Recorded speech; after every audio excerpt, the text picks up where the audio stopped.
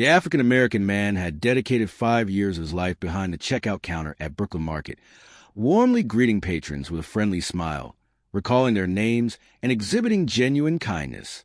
Even though his salary barely managed to meet his monthly expenses, he held steadfast his belief in doing the right thing, irrespective of the circumstances.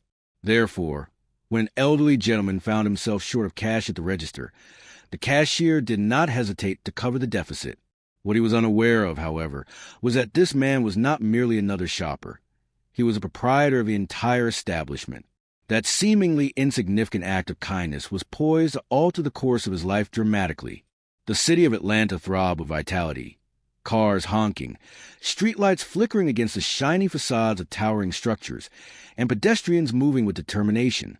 Yet, just a few blocks away from the vibrant downtown area, nestled within a more tranquil neighborhood, was a modest grocery store named Brooklyn Market.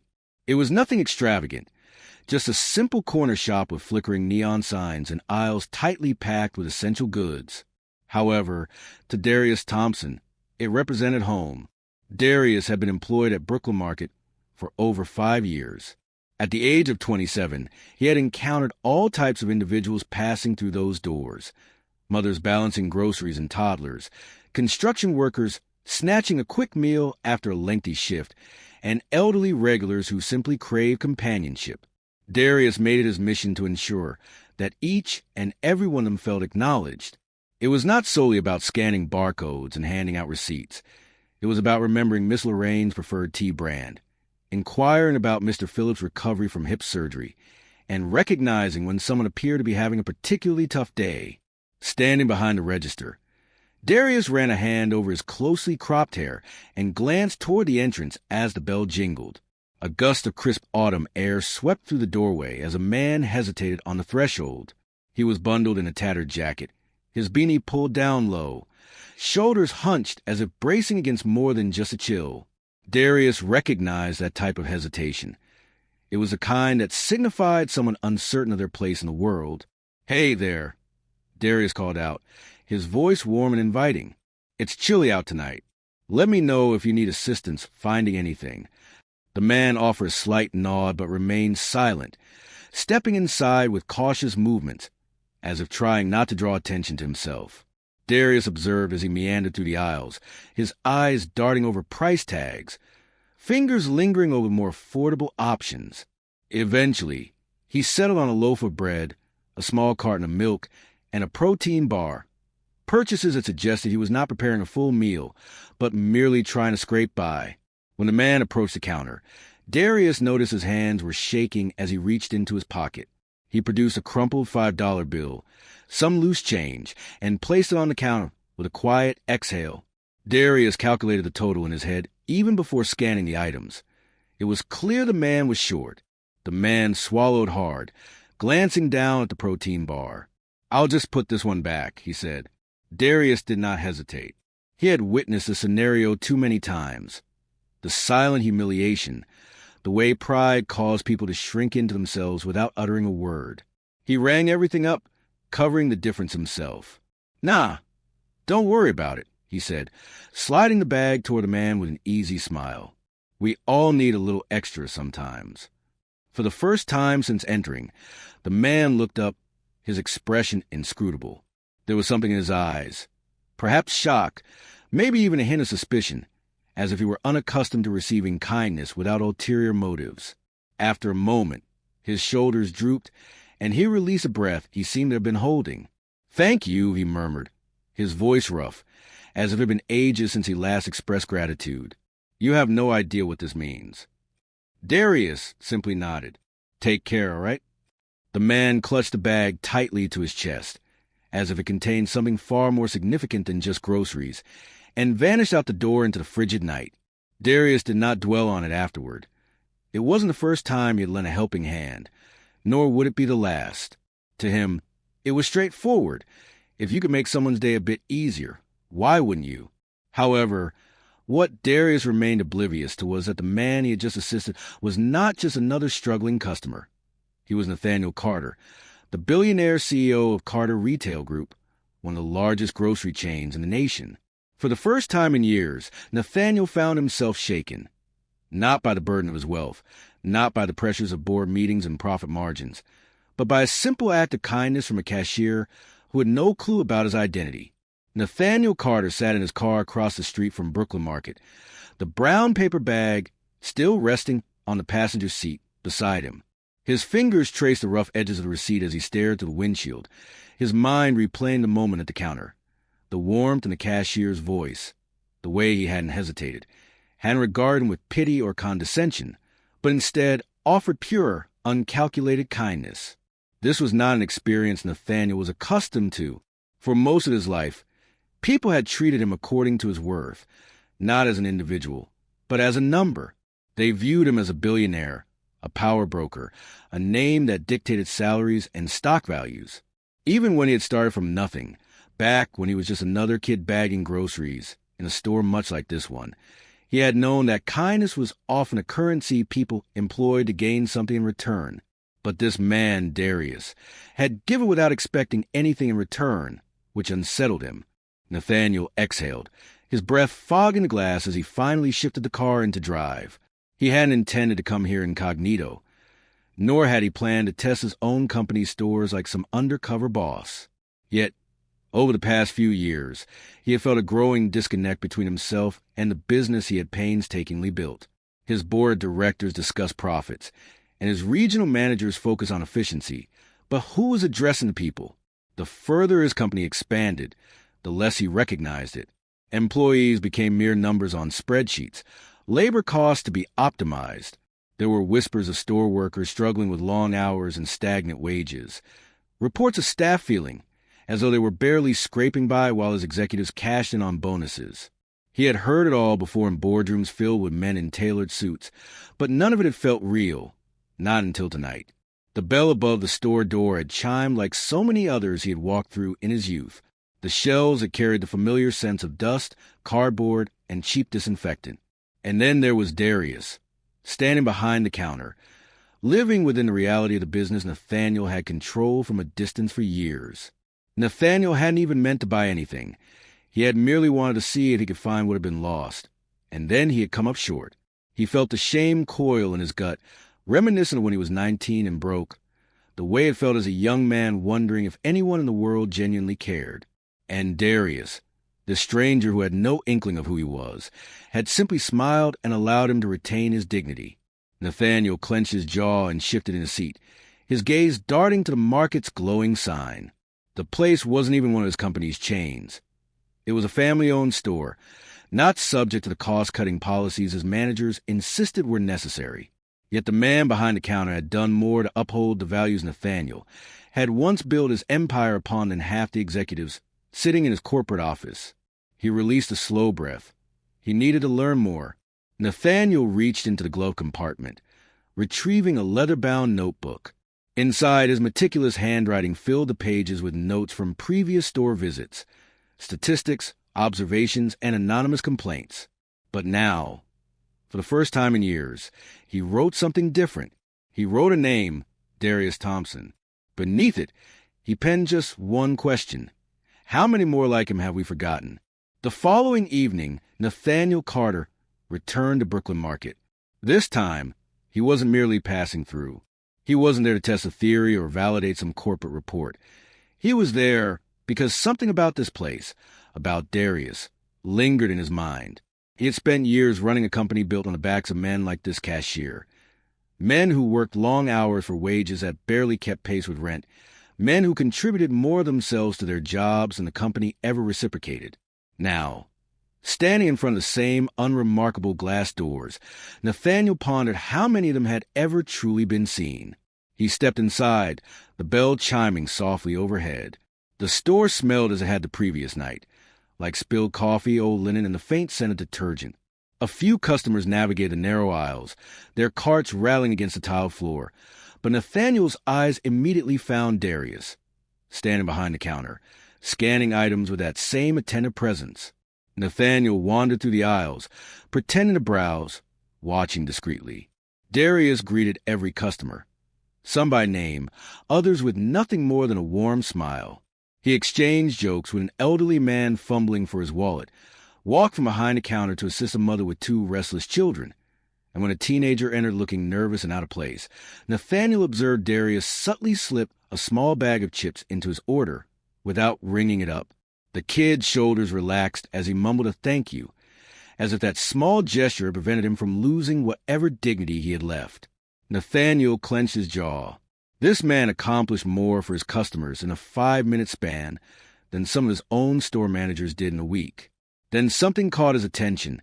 A man in a cheap suit, the kind corporate middle management wore to appear important, stepped into the store.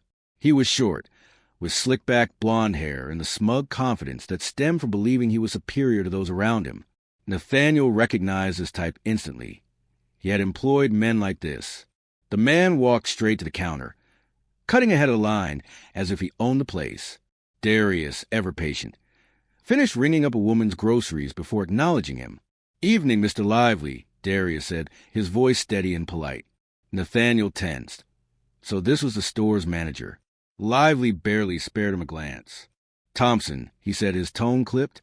He pulled a folded piece of paper from his pocket and tossed it onto the counter. "Perril's locked. No raises this quarter." Nathaniel watched as Darius's fingers tightened slightly on the edge of the counter for just a fraction of a second before he exhaled and nodded. "Understood," he replied simply. Lively smirked. "Didn't think you'd push back. Smart. Some of your kind don't know when to quit."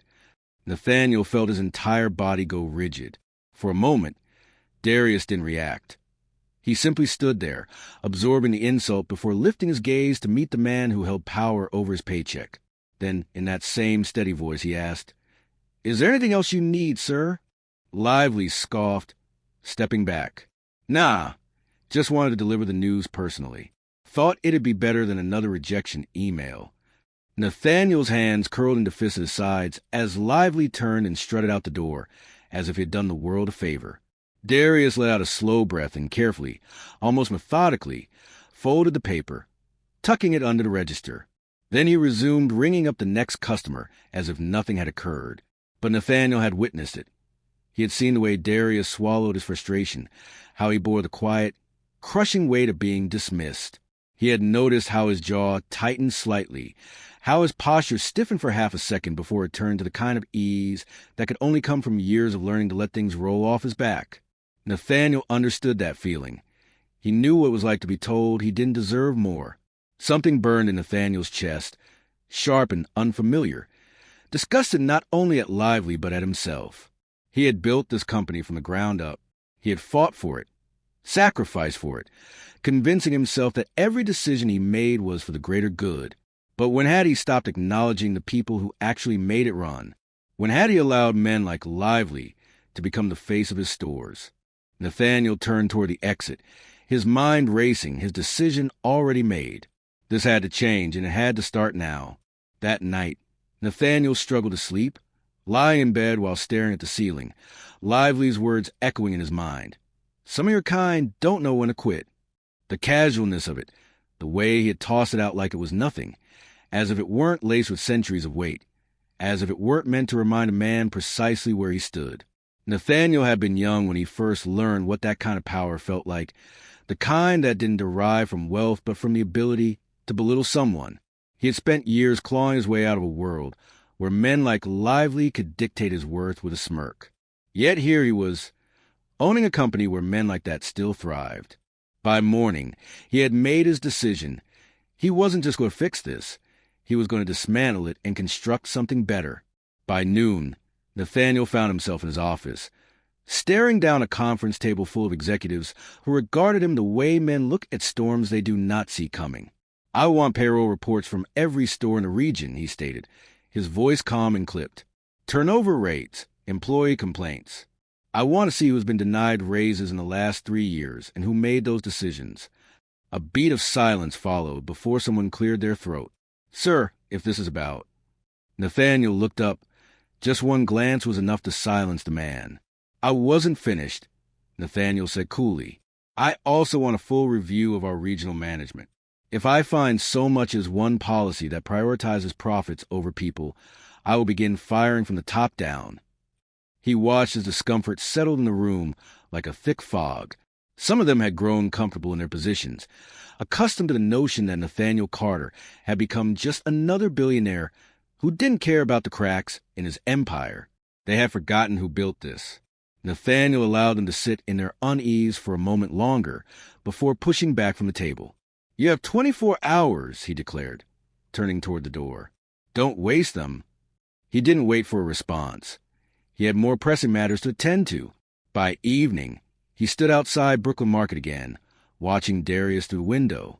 The man was still working, still smiling, still bearing the weight of something Nathaniel had the power to change. But tonight, he wasn't just another customer. Tonight, Nathaniel Carter was there as the man who signed the checks, and he was about to make things right. Nathaniel stepped inside Brooklyn Market, the familiar chime of the doorbell cutting through the low murmur of customers moving between aisles. The store smelled the same, clean, a bit stale, a mix of cheap coffee and the citrus-scented disinfectant used on the floors. But tonight, the air felt heavier, charged with something unspoken. Perhaps it was just him, or maybe it was the weight of the decision he was about to make. The collision of two versions of himself. The man who had once fought for his place in this world, and the man who had forgotten what that fight was for.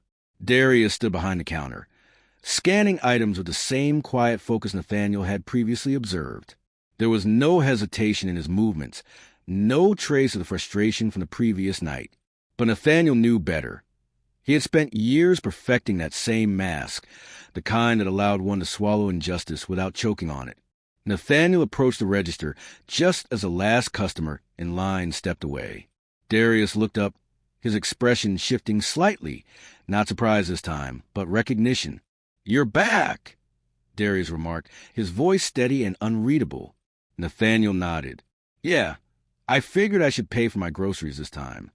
Something flickered across Darius's face. Amusement, perhaps, or curiosity, but he refrained from asking the question Nathaniel knew was lingering between them. Instead, he gestured to the counter. "Got something to check out?" Nathaniel exhaled, rolling his shoulders back. "Not exactly. I'm here about something else." He pulled a business card from his coat pocket and placed it on the counter between them. The embossed letters caught the dull overhead light. Darius glanced down and froze, his eyes moving slowly over the name. His brows furrowed, as if his mind was trying to comprehend what he was seeing. When he finally looked up, his expression had completely transformed, guarded now, sharper, like a man realizing he had been playing a game without knowing the rules. Nathaniel didn't give him time to speak. "I should have introduced myself properly that first night," he said, his voice calm and deliberate. "Nathaniel Carter, CEO of Carter Retail Group." Darius did not react immediately. He didn't move or blink, just looked at him, searching, assessing. Slowly, he leaned back slightly, exhaling a quiet laugh, not amusement, but something closer to disbelief. "Well," Darius said finally, his voice low, "I guess that explains a lot." Nathaniel studied him, observing the way his hands settled on the counter, the way his shoulders squared just a bit. He had seen that stance before, not submission, not defiance, but readiness, the way a man braces for impact. "I heard what happened last night," Nathaniel stated evenly regarding Lively. Darius's jaw flexed. "You hear a lot for someone who doesn't work here." Nathaniel nodded. "I make it a habit." He allowed the silence to linger for a moment before leaning forward slightly. "You deserve that raise." Darius's eyes narrowed just a fraction. That's so, Nathaniel held his gaze, unwavering. "Not just you. Every employee in this company who's been underpaid, overlooked, or dismissed by managers like Lively. That is changing starting today." Darius remained silent, his body language indicating a mix of surprise and caution. Nathaniel could sense the shift in the air between them. A tension, a weight that was both fragile and unspoken, stretching between two men who had each experienced the wrong side of power. Nathaniel pulled another piece of paper from his coat pocket and slid it across the counter. "This is an official offer," he stated, observing as Darius hesitated before picking it up. It outlined a corporate position focused on community outreach and employee development. "It comes with salary that accurately reflects the work you do, benefits, and a budget." Darius's fingers curled around the edge of the paper. "A budget for what?" he asked, his voice laced with curiosity. Nathaniel's lips quirked at the corner. For whatever you need to get that cafe of yours off the ground. This time, Darius did react. A flicker of surprise, a sharp inhale, a brief hesitation. But it was enough for Nathaniel. He had seen the signs before, recognized what it looked like when a man had taught himself not to hope too quickly. Darius set the paper down carefully, his brow furrowing. Why me? Because you remind me of the kind of man I used to be, Nathaniel exhaled, and the kind of man I should have been fighting for all along. Silence enveloped them, not tense nor hostile, simply heavy. Darius studied Nathaniel for a long moment, then finally nodded. It wasn't acceptance yet, but it wasn't rejection either. For now, that was sufficient. Nathaniel straightened, pulling his coat tighter around him. Think it over, he said, gesturing toward the paper. Let me know by the end of the week. Darius didn't pick it back up or reach out to shake his hand, but as Nathaniel turned to leave, he heard Darius's voice, low and steady. I didn't do it for a reward, you know. Nathaniel paused, glancing over his shoulder. I know, he replied. That's why you're the right man for the job. With that, he walked out the door, the bell chiming softly behind him, leaving Brooklyn Market a different man than the one who had entered. Join us to share meaningful stories by hitting the like and subscribe buttons. Don't forget to turn on the notification bell to start your day with profound lessons and heartfelt empathy.